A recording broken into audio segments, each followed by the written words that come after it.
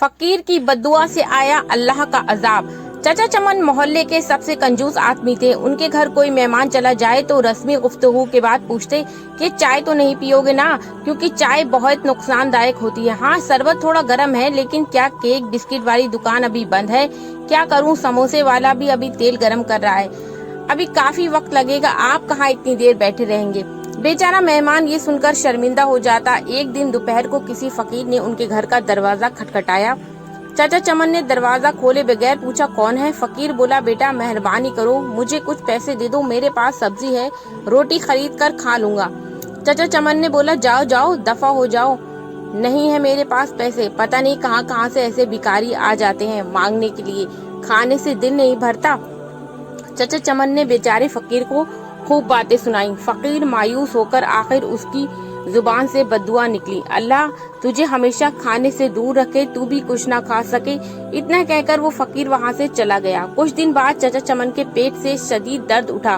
दर्द इतना शदीद था कि वो तड़प उठा। घर वालों ने उनको हॉस्पिटल ले गए। हॉस्पिटल में चाचा चमन के मुख्तलिफ टेस्ट हुए। आखिर पेट के दर्द का पता चल गया। डॉक्टरों ने हिदायत की कि 15-20 दिन तक हॉस्पिटल में ही रहना होगा ताकि मुकम्मल इलाज किया जा सके। हॉस्पिटल से जब घर वापस आए तो कमजोरी से निढालते, बेहद बुरा हाल था। कोई भी चीज हजम नहीं होती, दही भी खाते तो उल्टी हो जाती। डॉक्टर के पास जाते तो वो कहता शायद आपने बदपरहेजी की है। टेस्ट करवाते तो सब ठीक आता। दवा बाकायदगी से इस्तेमाल करने के बावजूद भी तबीयत संभलने में नहीं आ रही थी। रंग पीला पड़ रहा था, थोड़ा सा खाने से भी उल्टी हो जाती। चाचा चमन की रातों की नींद उड़ चुकी थी। उनको मौत का खौफ होने लगा। सोचते सोचते उन्होंने नींद आ गई। ख्वाब देखा कि पुलाव की देग के पास बैठे हैं और वो सबको चावल बांट रहे हैं। सुबह उठकर चाचा चमन ने घर वालों को अपना ख्वाब सुनाया तो उन्होंने मशवरा दिया कि गरीबों को खाना खिलाओ। चाचा चमन ने खैरो बावर्ची को बुलाया और उनसे पूछा कि पुलाव की 10 किलो की देग का कितना खर्चा आ जाएगा। बावर्ची ने खर्चा बताया तो चाचा चमन 10 किलो की देग पर होने वाले खर्चे को सुनकर बड़े परेशान हुए, लेकिन फिर सोचा कि शायद खैरात करने से मैं ठीक हो जाऊं। उन्होंने इतवार के दिन दोपहर को ये मुश्किल मरहला तय कर लिया कि मोहल्ले के नौजवानों की मदद से मोहल्लेदारों को, गरीब लोगों को खाना खिलाया।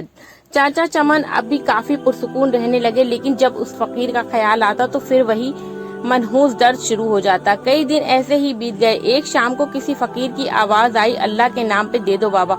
चाचा चमन भाग कर गए तो देखा कि वही फकीर खड़ा था। उन्होंने उसे बद्दुआ दी थी।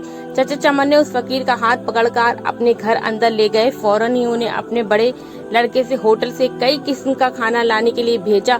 कुछ देर में लड़का होटल से बहुत रंग के खाने ले आया। चाचा चमन ने और फकीर ने पेट भर के साथ में खाना खाया।